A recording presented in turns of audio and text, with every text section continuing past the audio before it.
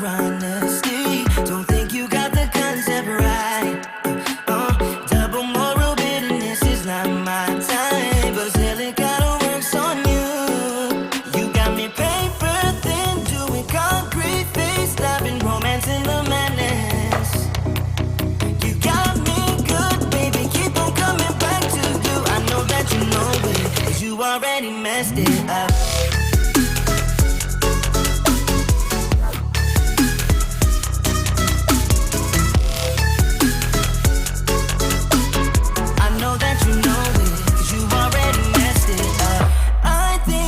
Addicted to drama, it keeps you sleeping at night. Keep losing your shit on my problems. You know that something ain't right. The questions are said, opinions hide, discussions are led. A show about nothing and everything, it's all the same. We've got sports, entertainment, sales, and marketing. It's time for the high five. We've got it all covered. It's time for the high five. We've got it all covered, yeah. The high five. All right, ladies and gentlemen, it is time for the High Five. I'm Nate Manahan from Indianapolis, Indiana, and I am wearing shorts and a t-shirt hoodie. It makes life good. It's going to be 70 degrees here again, and let me bring up our esteemed panel, starting with our regulars in the upper right-hand corner from Glenwood Springs, Colorado, the home of elk, and the best golf around is Mr. Danny Shard. How are you, Danny? Going, welcome, happy Wednesday. All right, and now from Warsaw, Indiana, right next to Winona Lake, where he could go jump in a lake within about a quarter mile anytime of where he's driving, Mr. Brian Linke. How are you, sir? I'm really good, Nate. How are you? You know what? Now, Danny was introduced as the home of elk. Is that what you said? Yes. Every time when I visited him, every time I drove out of his neighborhood, it was just elk. He will be known by that as of today. All right. The home of elk. The home of elk. I like I'll it. take it. There's worse things. Absolutely and our worse. special guest in the upper left-hand corner as we're looking at the screen right now, it is from California, living the palm tree life, Mr. Kevin Lashley. How are you, sir? Hello. Hey, guys. Thank you so much for having me. It's an honor. It's a privilege. This is just like hanging out with the boys because, we all hang out together a bunch. So thanks for having me, man. Yeah, we would Let me ask you a quick question. Okay. How much did it cost you to get Lashley? Maybe you go and you I was get. going to say the same thing. It was definitely there was a transfer involved somewhere. Let me tell you something. We got Hoskins and Boccia, but now let me tell you, this is a huge. I don't even want to know what the check was that you had to write. Yeah. Well, let me tell you something about it. Like I feel like I'm second tier because you got Hoskins, you got Beauchamp, and now the Lashley can get in and other people. So I don't know. I feel special, but I mean, come on, week 2, come on, guys. Kev, you think you were holding out for more money? What are you talking? What do you mean? Hey, it's a we had to get our marketing dollars up before we could bring on the big dogs. So. You gotta start making some money first. Can afford you. Now we've got a song, and we're bringing on even bigger stars. So yeah, dude, production value is very high. So good job, Nate. It's getting there. That's right, Nate. The real question was, it was the rider that Kevin had. Is I had to send him the yellow M&Ms and only the Fiji water. It had to be delivered to his house at 6 a.m. Pacific time. It was a little bit, so don't get any ideas, guys, because it's not happening, Brian and Danny. You're not getting anything special. I was ready to negotiate. But you got to give me some Starbucks, man, because it's early out here in the West Coast. Okay, let's jump right in there. So is this true everywhere? So in Indianapolis, and I understand why they've done it, but they have closed. They said drive-through only. But like I have one a half mile away from me that has a drive-through, and it's not open. So there's only like 5 open in the whole northern side of Indianapolis, and it must be kitchen size or something. I'm not sure what the decision point is. But this is the true sign of the times. You can't get your hair cut. You can't go to Starbucks. I mean, and wow, I have no idea. I can't even get delivery. We have 3 Starbucks in Warsaw, and 1 is open. Is the drive-through one is open over there? No, that one's closed. The one in Owens Supermarket's the only one open. It is open. Wow. Okay. All right. That makes sense. All right. We have 5 in Glenwood Springs. Only 3 are open. 1 is right across from my office, and there's a person out there, I kid you not, in a unicorn outfit, flipping a sign, like trying to get people to come in, telling them that we're all here. Literally just yesterday. It is. They're driving in the sales. That's for sure. Just yesterday, they announced in Colorado that you got to wear a mask when you go into any public place, or you can get a fine up to $1,000. So I've got my PPT orange bandana as my mask, and if I happen to go out anywhere, that's going over. And yeah, be safe out there. Oh, it's a different world. So we have 5 topics that we're going to be talking about throughout the morning, different things to give our viewers opportunities just to think about different things. We talk about sports, entertainment, business, all kinds of things. Kevin Lashley's going to talk into his wheelhouse. We always try to make sure we talk about things that are important to the guest and that we know their expertise are in.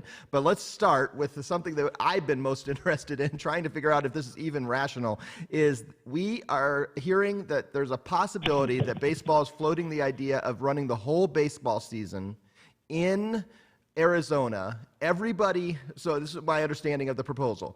All the teams would be hosted in hotels where no one else is. They would be quarantined throughout the day. They would be then bussed over in buses where they can have 6 feet in between them. They'd be tested regularly with a 15-minute test, making sure they're not doing. No fans in the stadium, only essential personnel of the teams, a few people to run a television broadcast, and during the day games of the heat in Arizona in the summer, they would put the teams out in the stands because they would have social distancing so they're not in the dugout next to each other. Gentlemen, I don't even know what to say, but I mean, I want to see sports, but that doesn't seem like a feasible plan.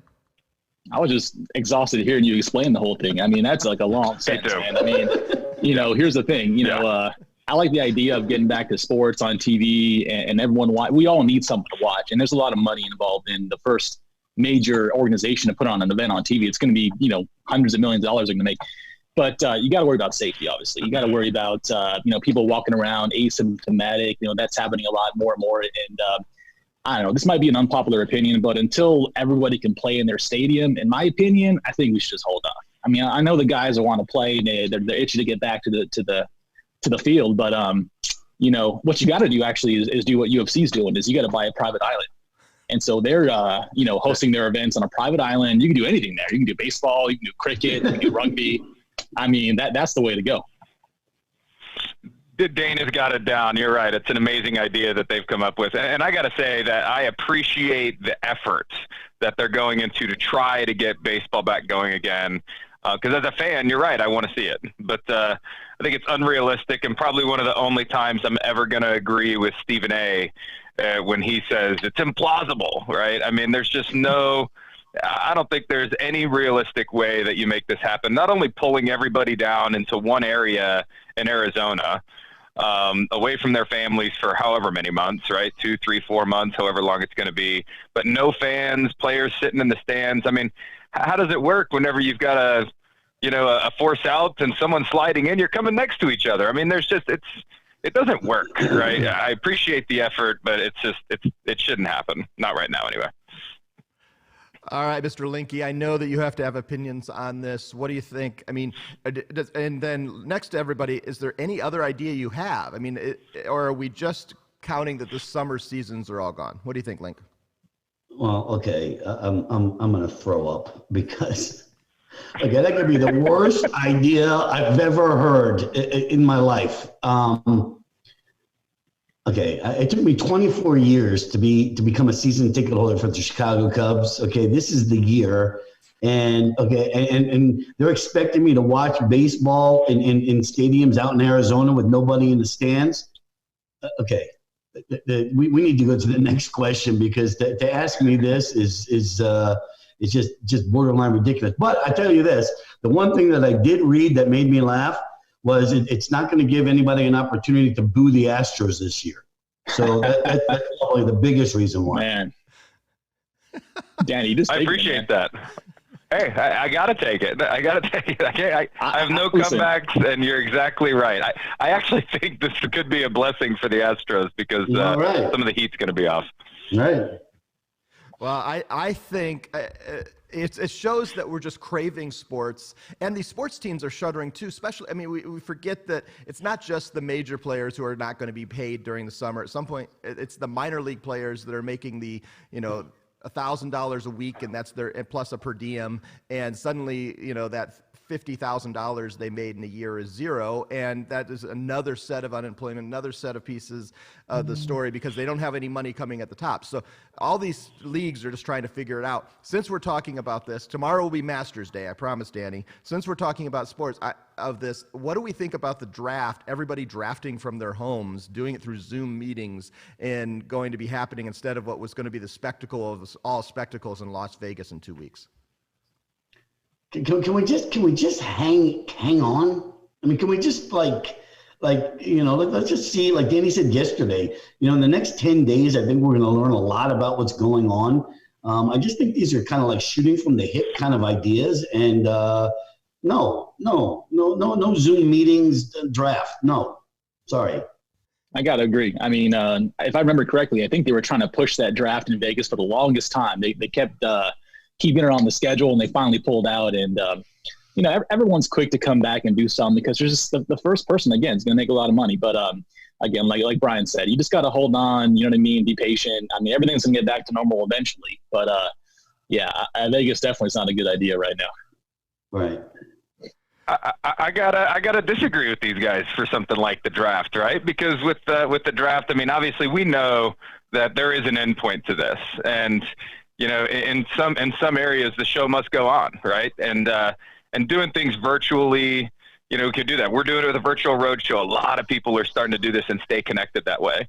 So something like the draft, although you're not going to have the huge spectacle, which this should be just an amazing year, 2020, right? I mean, the lights, the fireworks, the whatever, right? I mean, it's just going to drive in a huge crowd. So you're not going to have the spectacle, but you still got to get down to the nitty gritty of the draft and who's going where. And who knows whenever everyone's going to be able to get back together for something like that again. So I think you got to do a virtual draft just to keep things rolling. Well, and I think for sure we're starting to see that.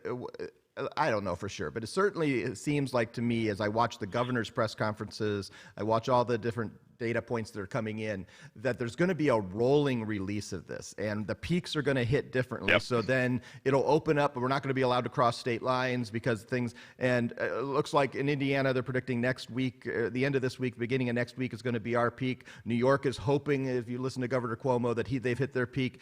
Your governor out there, Lashley, came out and said that your peak in California is not going to be, which I was surprised by, since you guys jumped early on a lot of the quarantines, but maybe not enough across the state, but that your peak across the statewide won't be until May. And as you see that rollout, we start realizing how long this could go. I understand what you're doing. I would agree that I think I'm just looking forward to that weekend when the NFL draft is on, because it'll give us something live to watch and something to chat about, and the Twitter feed won't be filled with the doom and gloom that often is there. I want the reality, but also like what we're trying to do here, bring a little levity to life, a little bit of, hey, there is some normalcy, there is some things that we can do. I like that they're doing the draft. I also don't like the idea, no football. Let's not, or a baseball in Arizona. If we can't play it, we can't play it. There's just no reason to force it, because I don't want to watch, 162 Marlins games. That's the most miserable thing in the world. Everything dies in Arizona, man. Isn't that what everyone was saying? Yeah, it really does. Absolutely. You end up like a lizard, man, being there too long. It's just, I used to live in Arizona. The heat's unbearable. I mean, one summer and I'm out. All right, time for number 2. Agreed.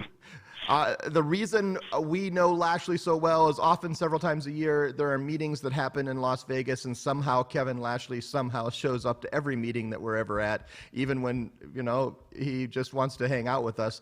Usually when I'm uninvited, you can say it. Hey, you're always invited when it comes to the but we're thinking about being a risk taker, being a gambler. A lot of that starts with how you just live your life. And these guys that I'm with at the table are much more, especially the top 2 pictures that you see here. I'll bring them up. The top 2 here, they are gamblers. They have stories. They have events that they have done in Vegas. So our question here is, Let's remember Vegas. Vegas is a quiet place right now. It is a place that no one is able to be at. All the hotels are closed, which is just amazing to me. But let's talk. What are your stories of utter success or utter failure on the tables of Las Vegas? Well, I'll start with this one. I mean, I think all of us love meeting up in Vegas every year. We've been doing this for the last 5-6 years, maybe at ETA. And I always love seeing you guys. For me, it's like an escape from work, from family, from kids. You know, it's like the adult Disneyland. I mean, you step off the plane and you hit that air, that oxygen mixed with whatever chemical they're pumping in there. And I feel like just straight awoke. And so, God, man, we have so many Vegas stories. But, I love one of the, I don't think I told you guys this one yet, is the day I met Matt Hoskins. And this was probably back in like 2007, 2008. And so I got invited to Vegas to, meet Matt. I was an agent with a different company, the old recruiting pitch, and they put me up at the Luxor. And by the way, like, it's like, if you're at the Luxor, you're kind of like a scrub. And then when you make it up to like, they comp you at Mandalay Bay, then all right, I kind of made it a little bit. And then when it got to, I feel your pain. Believe me, I've spent many a night at the Luxor. I know you have. and then when you get put up at the Venetian, it's like, all right, now these guys want something from, right? I mean, it's Venetian, please. I mean, so I was at the Luxor, and we were going golfing Valley High, and the first day I got in Vegas, stood up the whole entire night gambling. I was at Luxor, and golf was at 7 a.m. Valley High the next morning. And I was up all night. And so I literally went from the blackjack table all the way straight to Valley High, played 18 holes, dead tired. A couple guys in our group jumped out. And then afterwards, Matt came up to me. He's like, when you rolled up at 7 a.m. on the golf course, that's when I knew I could trust you. And everything was great since then. And so that was a fun story. And then as far as like the craziest gambling win, I mean, I got a couple, but one that sticks out is a story back in the day with some buddies. We go to Vegas, it's the last day. My buddy's down to the last $20. We go by a roulette table. He puts $5 on 4 numbers, right? The dealer spins the wheel. One of his numbers, I think it's 23, black 23, it hits. And so I think the $5 wins 180. And what happens in roulette is the dealer puts your chips, this, Danny, he puts it on top of your number, right? And then when he takes the marker off, you're supposed to grab him and take it off. As soon as his number hit, my buddy's like high-fiving, just oblivious. Yeah, I won. The dealer's like, sir, pick up your chips. He's so oblivious that he doesn't pick up his chips. The dealer spins the wheel again with 180 riding on black 23 again. Wow. 35 to 1. 35 to 1 on 180. Deal wins like over $6,000. Just unbelievable bananas. Bananas. So that was like the long shot story. And then last year, I mean, Danny, we got a couple good stories too. Yeah. Feeling left out. Yeah, okay. You get if everybody on the call doesn't already know Kevin, one of the best guys in the industry. I've known him, like you said, 5 or 6 years now, and ever since we met, every time we get together, we're attached at the hip. I mean, we're gambling everywhere. But he's a tough guy to keep up with. I mean, next level when we get to Vegas, as far as hitting the tables, hitting the slot machines, just always ready to get after it. Yeah, and I love that. I've got way too many of those stories of literally going from the tables to the tee box with Matt Hoskins and Kevin and several other people that it's tough to even admit, but that's a regular. I think one of my biggest wins though was with Kevin. Was it last year or the year before? Oh, it was last year. It was last year. So we are, we're playing blackjack, and they've got these side bets that are, they're sucker bets, right? And it's, you can win all these different multiples based on what the dealer has and what the players have. Max 25, and Kevin and I are betting, stupid amounts on that and on the sucker bets, just trying to hit something. It was late night. Both of us. Yeah, it was probably 2 or 3 in the morning, I'm sure. Kevin lost his voice that night, by the way, after this, so you'll hear why. I did. We both hit this amazing bet, and I think it was 250 to 1. or 250 to 1, I think, on the Buster. 250 to 1 on a $25 bet. Both of us walk away with whatever that number is, and what we had won on the table. I think we both won over $6,000 in one hand, and they immediately stopped the casino. Everybody stops. We're screaming, jumping up and down, hugging, high-fiving everybody. It was amazing, and fortunately, we've got a lot of stories like that where you get lucky if you're in Vegas enough. And you spend enough time at the tables, you're going to get lucky every now and then and have some stories to tell it. And I'm going to jump in. Brian, I'll let you talk in a second, but let's talk about Brian Linke in Vegas, first of all. I mean, Okay. Somehow there's always a pink limo somewhere, right? There's always this giant pink limo that we end up in. There's the gun range, 50 caliber rifles. There's Top Golf. I mean, this guy has probably my top 10 favorite moments at Top Golf. You wouldn't think a ball can travel backwards. It can. Okay, and there's video evidence there somewhere of it. I promise you that. How did I know the conversation was going to turn to me? I swear. Yeah, there've been some moments. There've been some moments, but the two that stand out for me, my very first time in Vegas. I'm not sure if I've ever told anybody this, but my very first time in Vegas, I bet $100 on a 5-team parlay, college football parlay, and won the first 3 games. The 4th game, Eli Manning was playing for Ole Miss, and he beat Florida, who was like a 2-touchdown favorite. And then the 5th game, Ball State recovered a fumble in the end zone on the last play of the game to win, and I put $100 down, and I think the payout was like $2,000, $2,100, $22, something like that. So that was my very first time. And then the other memory that I have is taking my oldest son to Vegas for the very first time. We stayed at Caesar's Palace, and we walked across the street after we checked in, and I put down $50 on number 20 on the roulette wheel, just because my younger son's birthday is June 20th. One spin, and it hit number 20, and I think, was that 35 to 1 day, right? Yeah, so I think I won like $1,700, something like that, and gave the lady $100. And my kid looked at me, and I said, let's go eat. And he said, where are we going? I said, anywhere you want. And so those are probably my 2 that stand out for me. One of my all-time favorites, though, was watching Brian Linke shoot a 50 cal for the first time. I think that was, in Vegas, you got everything. Like Kevin said, it's Disneyland for adults. So getting to take a lot of our partners, I think we had 20 or so of some of our best reps that we had out there, and all really good friends of ours still to this day. But getting Brian Linke behind a 50 cal to shoot some guns for the first time, I think was one of my highlights. I've got some videos and some pictures to prove that too. Well, let me tell you something. That was the very first time I ever fired a gun. And if you remember, Dan, when there were like 15 or 20 of us, and when they asked who wants to go first, this guy stepped up who never fired a gun before and did that. And then when we decided to do the 50 cal at the end, this guy again stepped up. And I swear I never thought I'd live to see the next day, but I did. So that was definitely something that I'll never forget for sure. And you've taken your kids there since then, right? Yeah, know what? We had a family trip, and I'm like, okay, we have to do that. And I took everybody who had never fired a gun. I mean, neither one of my kids, my wife, nobody. My son's fiance, and nobody had ever fired a gun. So that was. Yeah, I mean, if it wasn't for our trip, we definitely wouldn't have done that. So yeah, that was they pick you up in the Army Jeep, the Hummer, right? The Humvee. Yeah, the hotel. Yeah, that was very, very cool. Nate? I'm still here. Where'd Nate go? I'm right here. I just muted myself. Oh, there he is. I was.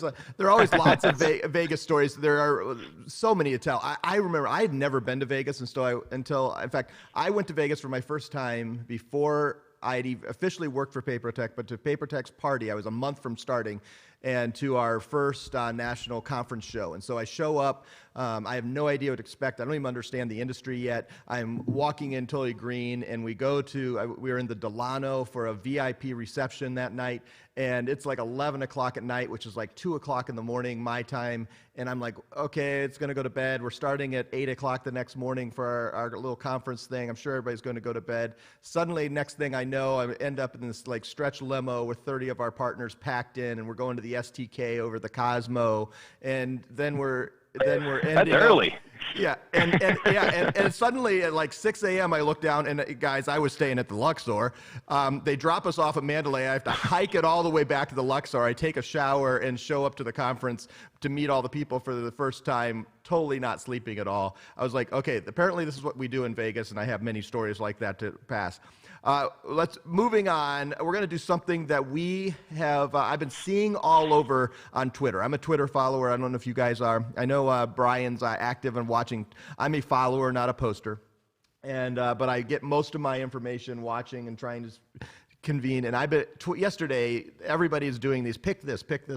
And so the one that was most popular that was trending almost all afternoon was, if you could only choose 2 restaurants to live on, what would you choose? And the restaurant choices were Red Lobster, Olive Garden, Cracker Barrel, Chili's, Applebee's, Cheesecake Factory, TGI Fridays, P.F. Chang's, and Buffalo Wild Wings. And anybody who knows anything about me, I hate going to chain restaurants as a whole, unless it's Tao in Las Vegas, taking it back. But I was like, okay, let's figure out which ones of these 2 are doing, because man, most of these would just, if I had to eat this for the rest of my life, I think I would last about a week. But what do you guys say? Well, why don't we start with let's eliminate a couple. Let's start there. I mean, Cracker Barrel has to go off the list, right? I mean, do we all agree on that one? Does Cracker Barrel make the list? See, I was tempted there because I love their breakfast. Oh man, grits and some eggs. Oh. Okay, so Cracker Barrel stays on. It doesn't stay on for me. I'm not saying it's in my top 2, but let me tell you what goes off the list for me. Applebee's goes off the list. So if I had to pick 2, it would be the Cheesecake Factory and P.F. Chang's. All right, that was my 2. That's exactly what I was going to pick. And Cheesecake Factory, that menu is like 70 pages long, right? So like I feel like you got options for a long time. Although like myself personally speaking, I love that chicken Bellagio. It's like kind of like a pesto noodles with some fried chicken on top, and it's a big old portion. And the brown bread, man, you can't go wrong with that brown bread. It's delicious. Come on. Okay. The thing about the Cheesecake Factory is the menu is so big, Kev, that normally when I go there, they give me the menu. I hand it right back to the waitress. I said, I'll get whatever you want. You just order. I just pick one thing. I mean, I just pick one meal and I stick with it, so I'm good.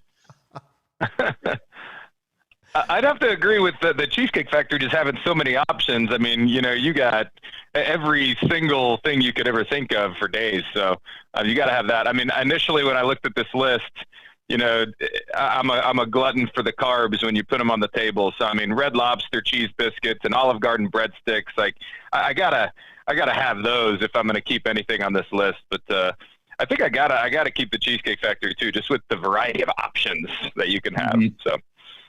So, and I had to make the comment that if you lived in Warsaw, Indiana, you would only have 2 options there, Mr. Brian Linke. So, sorry, you're going to Applebee's and Buffalo Wild Wings.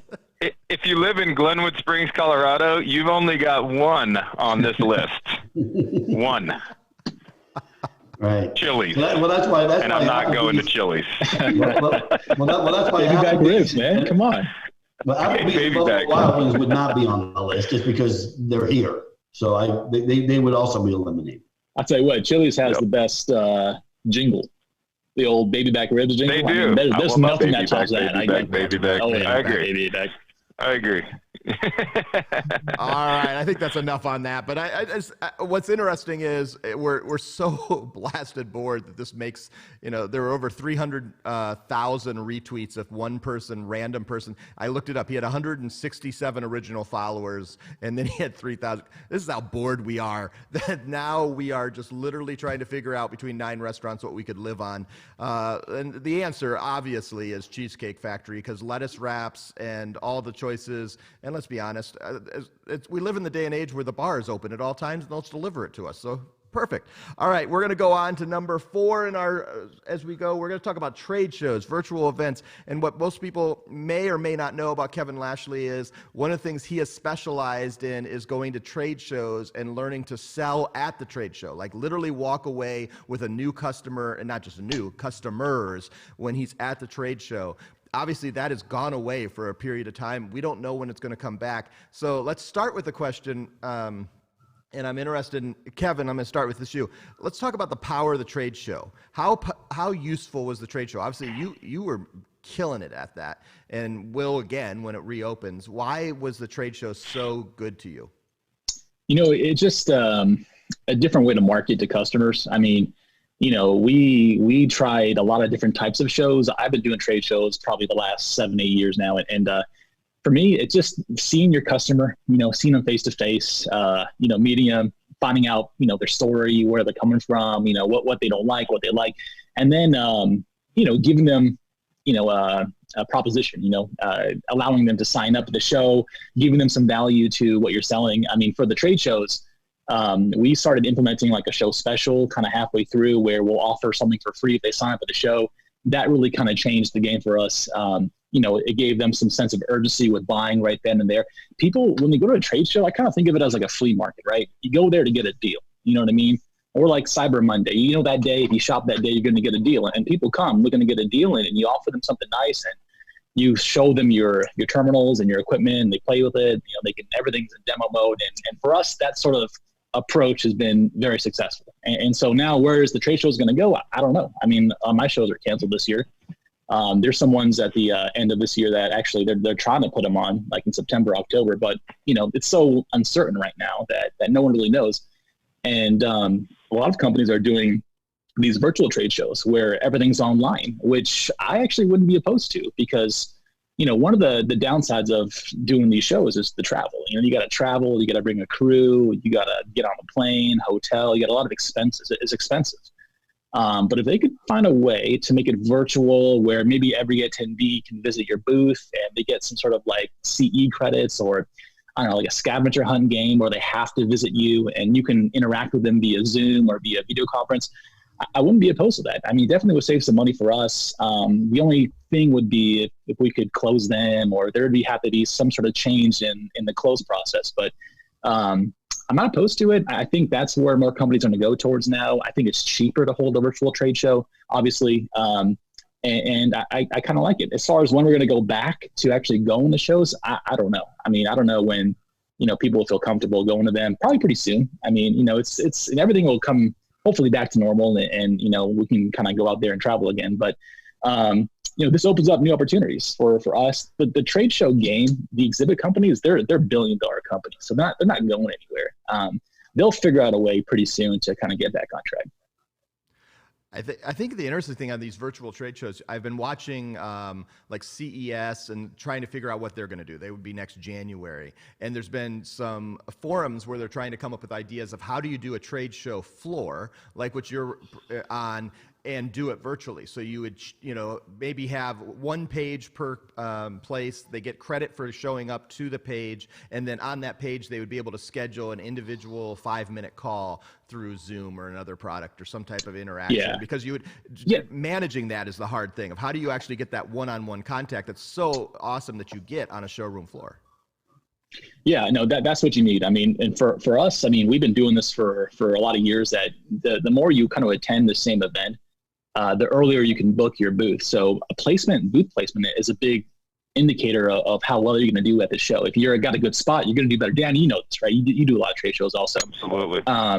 So it kind of takes that component out if you're virtual, right? Because there is no really good placement. Or maybe like, if you're, you book early, you can get seen first. But like you said, they need to have something where someone can go visit you virtually and then get a sort of credit for it. You give them maybe an offer or a proposal and they can decide that it's good. They want to sign up there. I mean, we can do everything electronically now. So, I mean, thinking out loud, they can just click a button and sign up. So, I mean, maybe it's even better than the actual physical trade show. I don't know, but, for me, it just opens up another avenue of marketing, digitally, which is where we're all going to head towards or trying to head to right now. Absolutely. Danny, I mean, we're holding to some of these shows. So I just got an email the other day about Southeast Acquirers that are going to think they'd rescheduled. Yep. They were supposed to be this week, and now they're scheduled for in the second, third week in June. And I was wondering, what do you, I mean, they were saying, hey, we're still going to try to do this. I was like, man, I can't imagine us being back at this in June.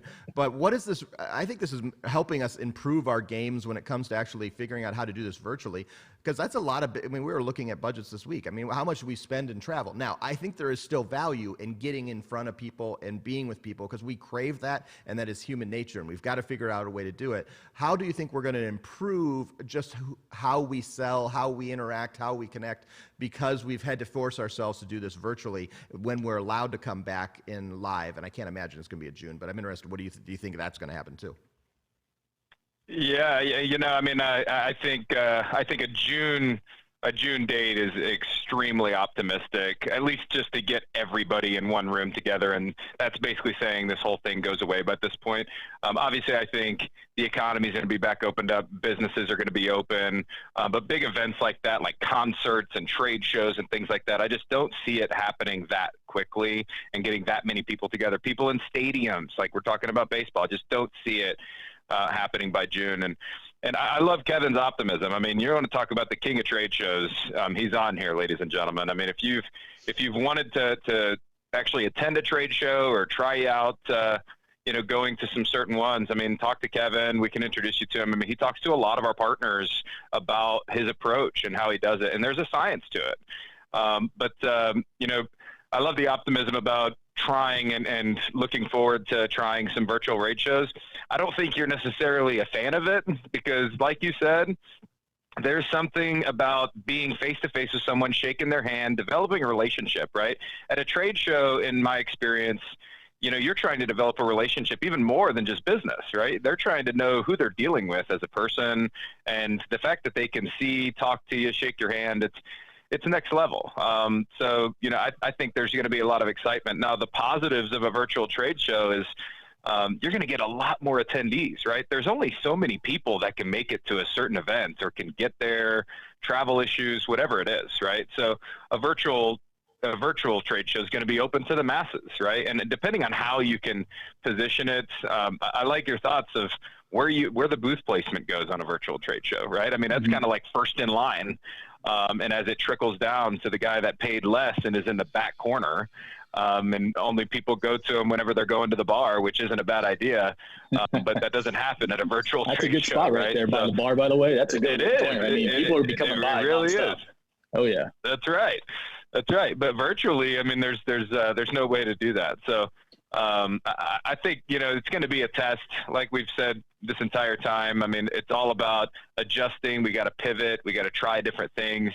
And I think you're going to see a pretty good response on the virtual trade show. I'm just not really sold how it's going to equate to sales and actually driving in revenue. I really not. Yeah, I mean, it's something new. I mean, we got to learn to adapt to it, and I think we will. Yeah. I mean, you guys been doing these, shows and virtual road shows and all these, meetings and stuff online for a while now, and so I think that as we get deeper and deeper into this, people are going to be more accustomed to go on Zoom. I mean, my wife and my kids, their classes are on Zoom now. And so she had to kind of figure out how it works. And every parent is figuring out how the Zoom works or how video conferencing works. So as we get more and more used to this, I think it's going to become more commonplace.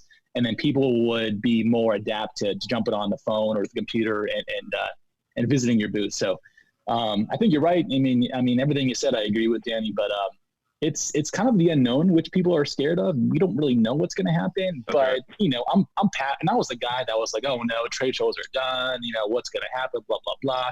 But after a week, I got over it, and I figured out a way of how I can, set up myself during this downtime to be ready to pounce whenever. Okay, these shows are virtual now, or now we got to market digitally, and so I'm taking the time to kind of set myself up to be ready for that, and I think others should too. But yeah, I think the more that people go on the conferencing and stuff like this, the more used to they'll be to hopping on a virtual trade show. And you make a good point too about about being able to demo the equipment, right? And actually see devices or see different things and feel it face to face. They're just not going to be able to have that experience. I think people are definitely going to be open to it. You're going to get a lot more traffic on a virtual trade show than you would. But you want to talk about when this thing does open up and we're able to go to trade shows again, you're going to get a massive amounts of attendees because they're all going to want to go, right? They've been doing this virtually for so long. Yeah.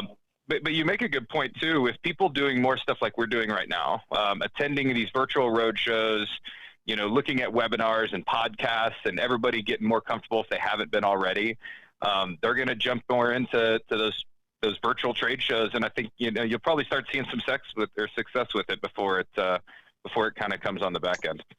Yeah, no, I mean, before we did this show, I was FaceTime. I told you guys this before we went on the air. I was FaceTime with my friends and just out of the blue, just bugging them because I wanted to talk to 2 or 3 people on the phone. I wanted to practice, and so my buddies are getting pissed. Like, why are you calling me so much on FaceTime? I'm like, this is what we got to do now. This is life. Life is on FaceTime. Life's on video call. So yeah, no, I hear you saying, man. I think we'll be all right. It's just going to be, the fear of something new. Everyone's always afraid of it, but fast forward 2 or 3 years down the road, and it's going to be the new normal probably. And I was just about to say that, Kevin. Put a little. I was going to say that, Kevin, because one of the things we are looking at is, the fact is you just got to get better at these things. So if you don't know how to put what you do in a 60-second video where you're getting on, start practicing. Get on that FaceTime. Call people up. Feel comfortable in front of the camera. Feel comfortable in who you are.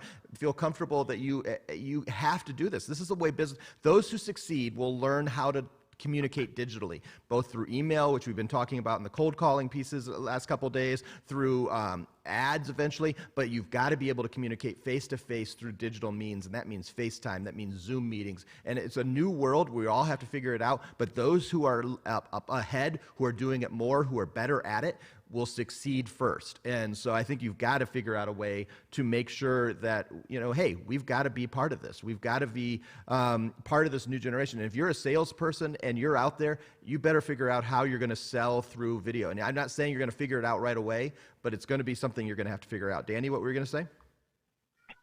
I was just going to give a little segue into Brian Linke. You're exactly right there, Nate. You got to figure it out. You got to adjust, and you got to get comfortable with it and try, like Kevin's saying, it's a great idea. Like, if you're not FaceTiming, try FaceTiming more, right? Just get comfortable kind of seeing yourself in front of the camera and putting yourself out there and talking to more people about or through things like that. But you want to talk about the king of making connections at places like trade shows is Brian Linke, right? So just shaking your hand, making you laugh, and developing a relationship, that's one of the best things you can do when you're at a trade show. So I know it's going to be a challenge for him, but he's prepared for it, right?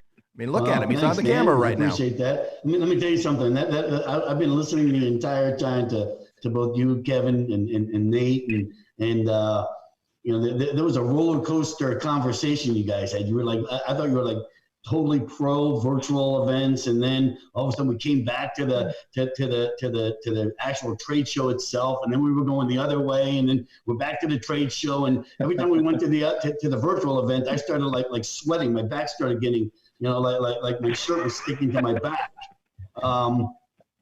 Again, but I agree. I think it's just about evolving and just getting with the times. But yeah, my strength is by getting in front of people. I think Kevin's is too. I think that's why he's been so successful. I'm not saying that Kevin, I'm not saying you can't do the virtual thing, but I think the reason you've been as successful as you've been is because you've been able to get in front of people. You've got it down to a science, and if it ain't broke, why fix it? However, again, I think we need to adapt, and all of a sudden this thing has hit us, and so everybody's trying to think about what we want to do next. I can tell you this: if all we're doing are virtual events, I'm getting ready to sell my book and step into retirement, because that's probably not in my wheelhouse. But I don't think we're there yet. I think eventually it probably will be. I just don't think it's in the next couple 3 years. I think we still.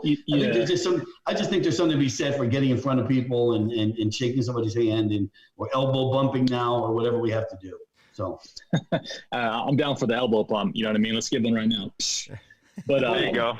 There you go. Yeah, perfect. Don't touch my hand. Yeah, what Brian was saying. I mean, it's all personality, right? So the Brian Linke is Mr. Personality, and I think when I do a trade show, the rapport goes a long way. People want to like you, and if they like you, they'll buy from you.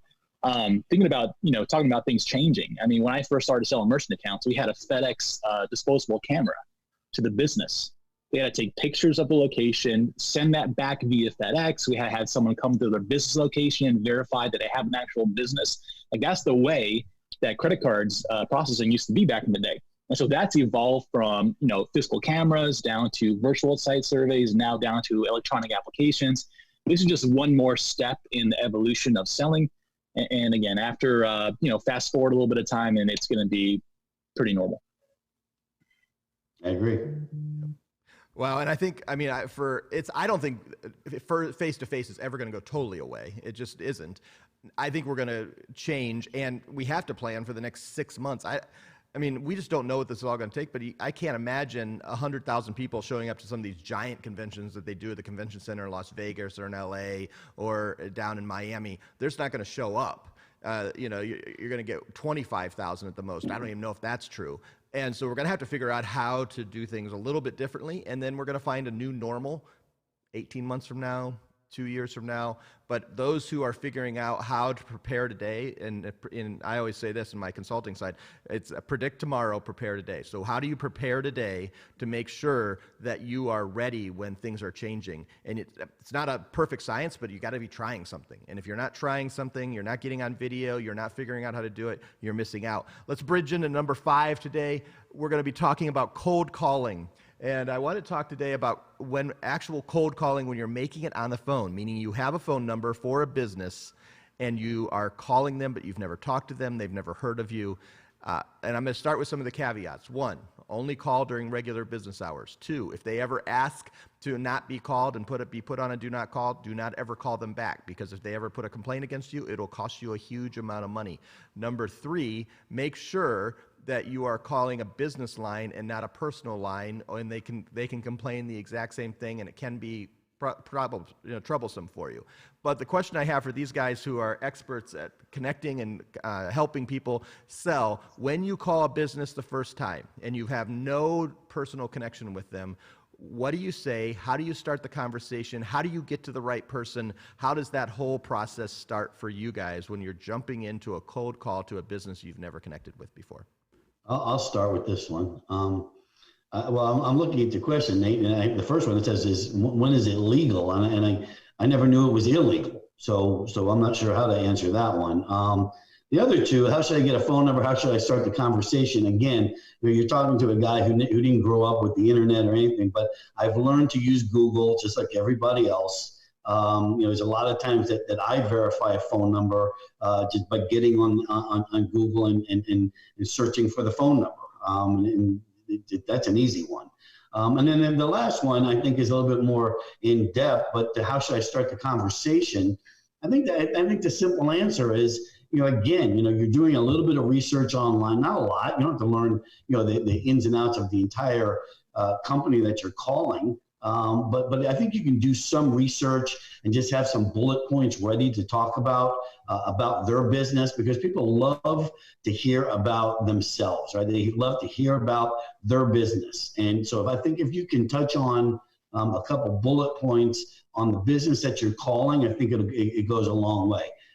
Because a lot of people, I tell my son who's graduating from Indiana University that, when he goes on an interview, it's the same thing, learn about the business, go in there. So when you sit down with a guy, you can actually talk a little bit about, again, you don't have to know everything, but just a little bit about the business that you're calling on or interviewing with. I agree. Brian pretty much said everything that I was going to say. Definitely do some research, find out who you're calling, who their customers are, what they sell. You got to have a strong opening line. They're only going to give you a couple seconds of time. So you got to have a strong opening line, maybe compliment them on the professional accomplishment. That's part of the research part. Establish a goal, find out what's the purpose of this cold call. Is it to set an appointment? Is it to get a statement? Find out what your objective is. And then ask questions, like Brian said. People like talking about themselves. What features do you wish you currently had on the machine? What don't you like about your, whatever. Just ask questions, get them to talk, and then listen. you got to be a good listener, and then if you do those things correctly, you'll ask the questions that allows you to kind of steer the conversation. And then hopefully that gives you some more success to accomplish whatever goal you set out to.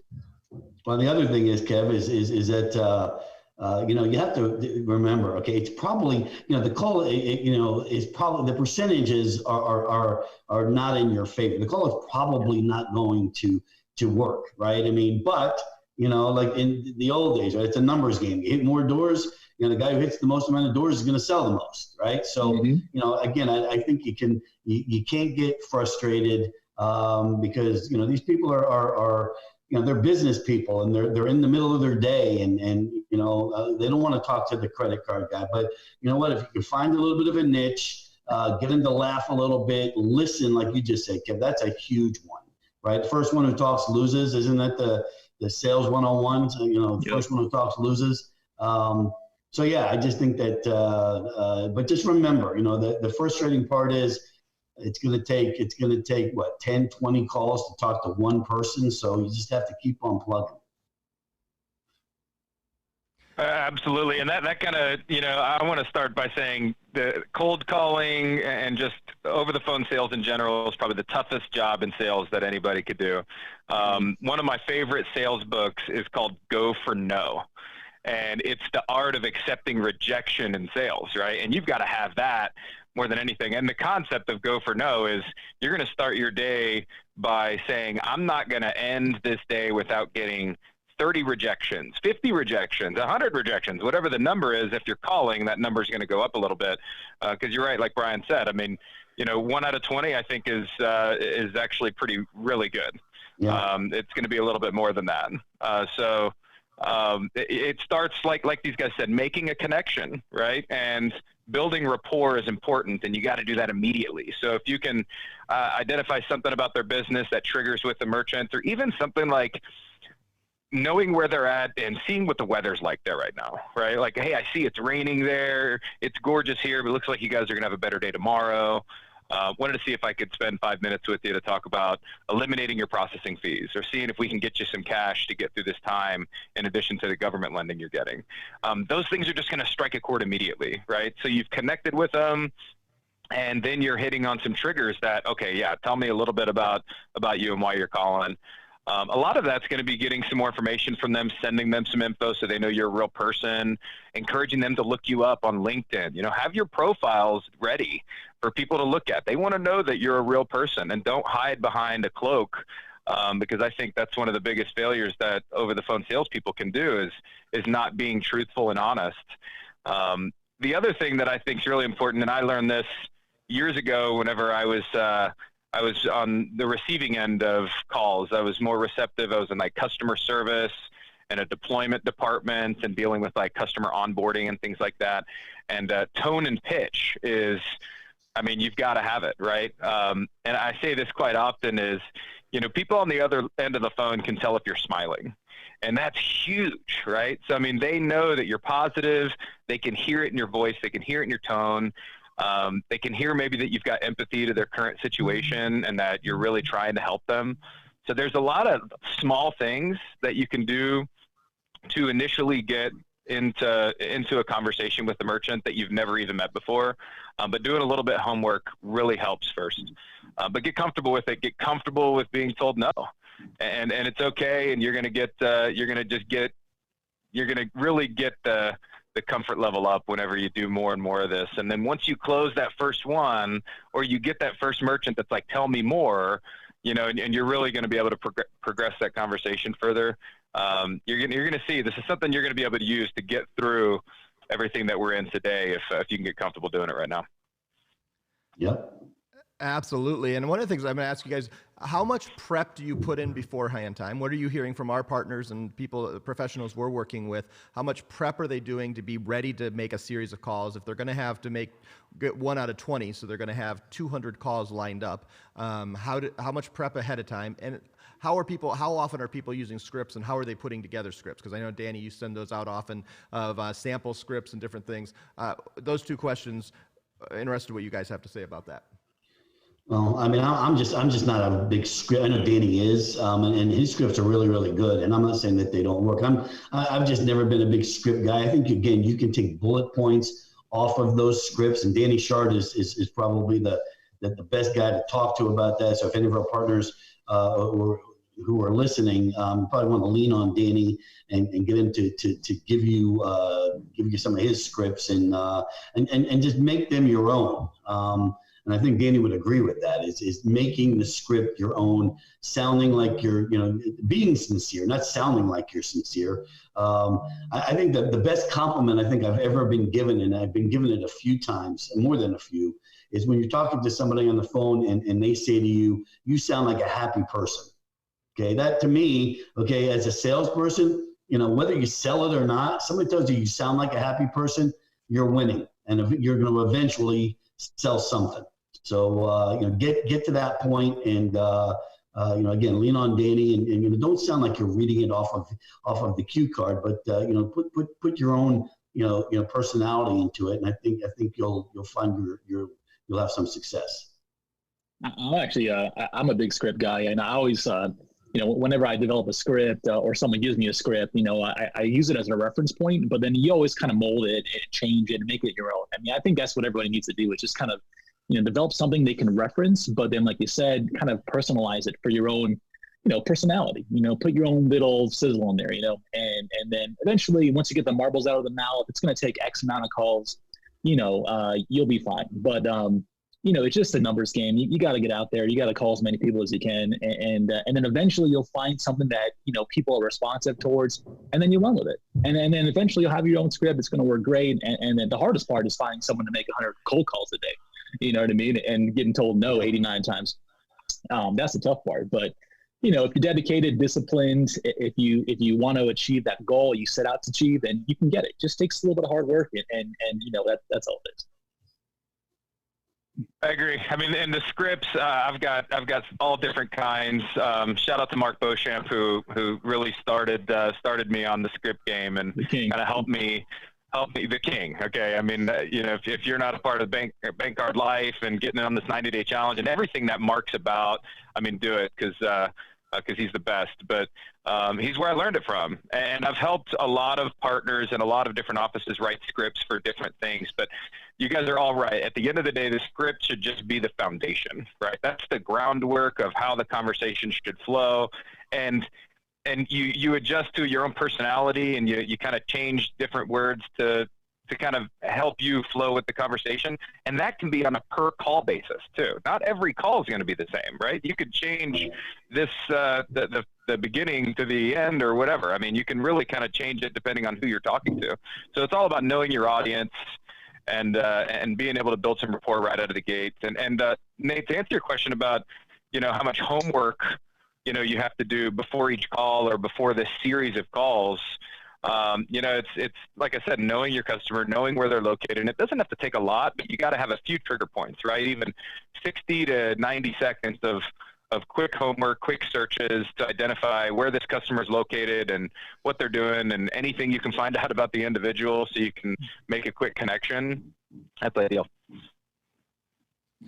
Wow, I think we're certainly seeing more and more that we just have to keep trying, doing new things, getting together, virtually learning from each other. And what I love, man, we've gone 55 minutes this morning, guys, which, we try to go 30, but that's because we have really good content. These guys are experts at what they do. Yeah, Lash. And we've had a lot of fun. I mean, and as I put in our title this morning, we look better now. I mean, we just got better looking because look at Lash. I mean, he rolled out of bed just looking great at 7 a.m. I just shaved last night too, so I was pretty grizzly. I'm not going to lie.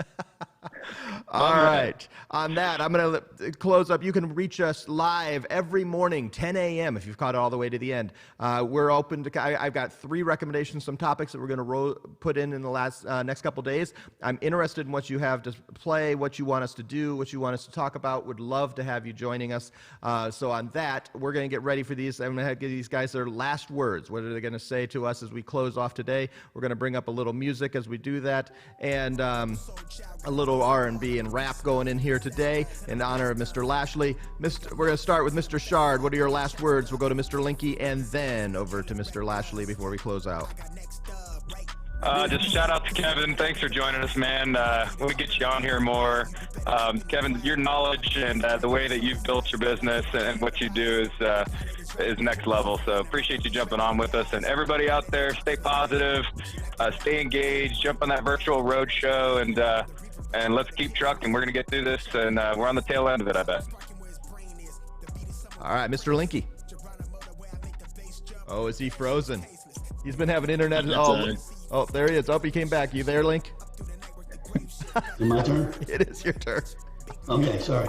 I lost you guys. No, again, like Danny said, having Kevin Lashley on the show is I mean, that's a huge upgrade. And Kevin, we really appreciate it. I know people have learned. I've learned from you. And the only thing I'm going to say is just keep smiling. You'll feel better, and we'll get through this together. All right, and Mr. Lashley, what are your closing words on your first High Five episode, which will not be your last? It was great, guys. It was a lot of fun. Honestly, it just felt like talking with the boys. You know what I mean? So, I love all you guys, and thank you so much for having me on. It was a pleasure. Everybody, High Five Nation, it's a great show. I love it, and you guys keep up the good work, all right? All right, on that, we give you a closing high five, everybody. Thank you very much, and we will see you tomorrow. The questions are said, opinions hide, discussions are led. A show about nothing and everything, it's all the same. We've got sports, entertainment, sales, and more.